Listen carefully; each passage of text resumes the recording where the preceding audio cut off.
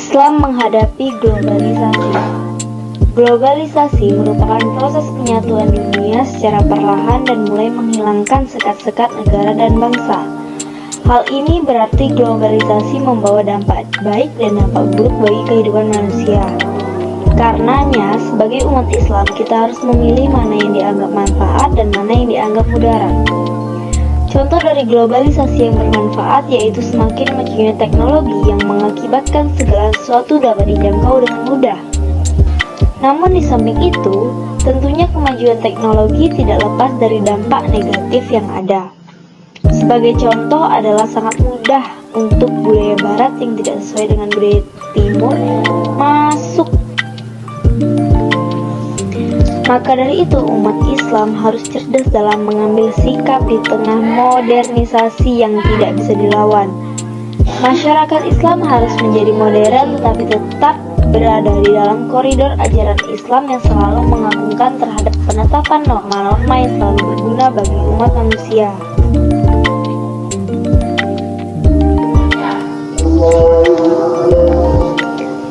Modernisasi telah mengubah pola pikir, pola pergaulan, dan pola kehidupan secara masif.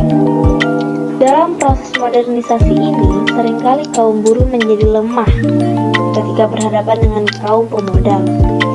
Industrialisasi membuka lapangan kerja bagi masyarakat yang memiliki kualifikasi pendidikan yang memadai, tapi juga menyingkirkan sebagian masyarakat yang minus pendidikan perilaku keagamaan masyarakat, yang semula menganggap bahwa silaturahmi penting dan harus bertatap muka, bersua, bertemu, dan berhadapan secara fisik, berubah menjadi silaturahmi cukup hanya melalui mendengar suara lewat telepon, SMS, Facebook, atau Twitter. Dipahami secara rasional, tidak sekedar dogma. Menurut Kunto Wijoyo, ada 5 program reinterpretasi untuk memerankan kembali misi rasional dan empiris Islam yang bisa dilaksanakan saat ini dalam rangka menghadapi modernisasi, yaitu 1. Perlunya dikembangkan penafsiran sosial struktural. 2. Mengubah cara berpikir subjektif ke cara berpikir objektif. 3. Mengubah Islam yang normatif menjadi teoretis. 4. Mengubah pemahaman yang ahistoris menjadi historis. Dan 5. Yaitu merumuskan formulasi-formulasi wahyu yang bersifat umum menjadi formulasi-formulasi yang lebih spesifik dan empiris.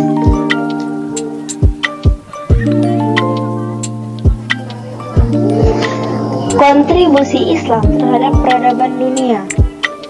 Ajaran Islam yang telah tersebar ke berbagai penjuru dunia selama berabad-abad untuk yang meninggalkan tinta emas dan tren positif berupa khazanah keilmuan bagi peradaban dunia, meskipun tidak ada lagi kekuasaan Islam secara mutlak.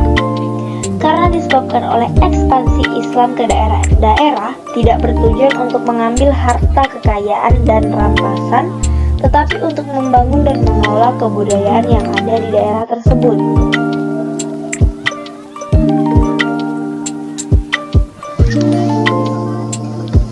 Peradaban Islam bisa maju di masa itu salah satunya berkat kerja keras para ilmuwan dan cendekiawan. Mereka adalah pelopor lahirnya peradaban dunia yang baru yang awalnya mempelajari dan mempertahankan peradaban Yunani kuno. Para ilmuwan muslim juga mengembangkan pola pikir dan kecerdasan otaknya untuk menciptakan sesuatu yang baru dalam ilmu pengetahuan. Peran dan sumbangsi umat Islam dalam kemajuan peradaban di dunia diakui oleh seorang orientalis barat yang bernama Gustav Le Bon. Dia mengatakan orang-orang Arablah yang menyebabkan kita mempunyai peradaban karena mereka adalah iman kita selama 6 abad.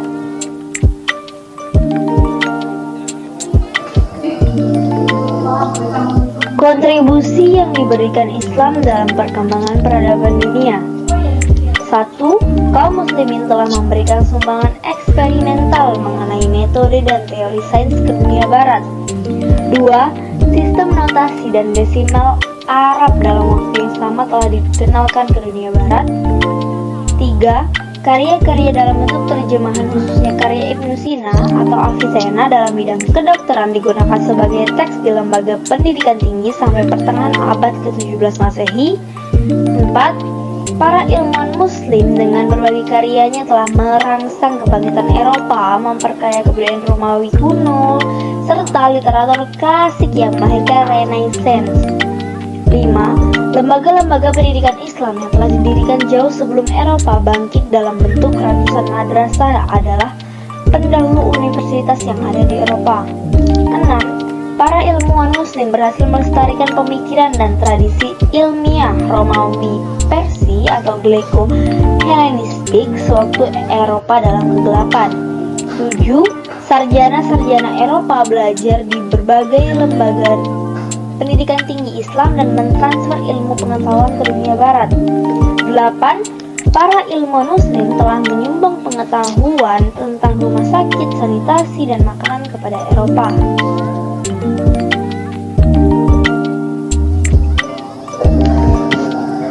Tiga masa periode Islam. Yang pertama yaitu periode klasik. Periode klasik terbagi menjadi dua, yaitu masa kemajuan Islam mulai dari tahun 650 sampai 1000 Masehi dan masa disintegrasi pada tahun 1000 sampai 1250 Masehi.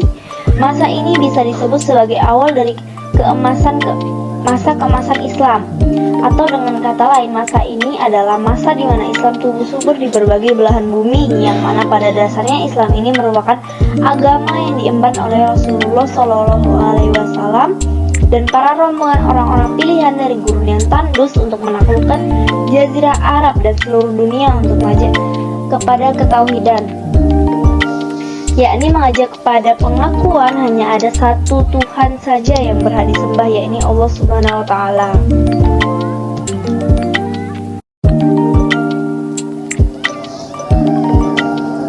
Dua, periode pertengahan. Periode pertengahan terjadi pada tahun 1250 sampai 1800 Masehi. Pada masa ini tidak ada perkembangan yang berarti bagi peradaban Islam kecuali hanya sedikit.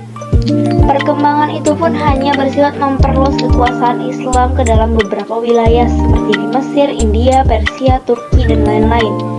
Rekaman sejarah yang paling terlihat dan dikenal masyarakat pada umumnya pada zaman ini adalah penaklukan Konstantinopel dari kerajaan Bizantium pada tahun 1453 Masehi oleh Sultan Muhammad Al-Fatih. Pada zaman ini ada 3 kerajaan besar, yaitu Kerajaan Utsmani di Turki, Kerajaan Safawi di Persia, dan Kerajaan Mughal di India. Masing-masing kerajaan ini tidak memperlihatkan kontribusi bagi peradaban Islam secara signifikan. Dan yang terakhir yaitu periode modern. Periode modern yaitu berlangsung dari tahun 1800 Masehi hingga sekarang. Pada saat Islam sibuk dan kerepotan dengan merespon tumbuh perpolitikan yang rumit itu, di barat mulai tumbuh kesadaran untuk menaruh perhatian lebih terhadap ilmu pengetahuan.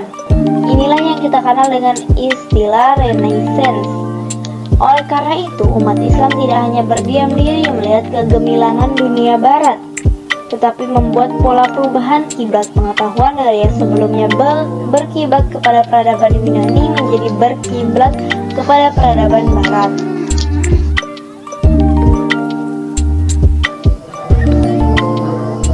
Terima kasih, mungkin itu saja yang dapat saya sampaikan. Lebih dan kurangnya saya mohon maaf. Saya akhiri. Wassalamualaikum warahmatullahi wabarakatuh.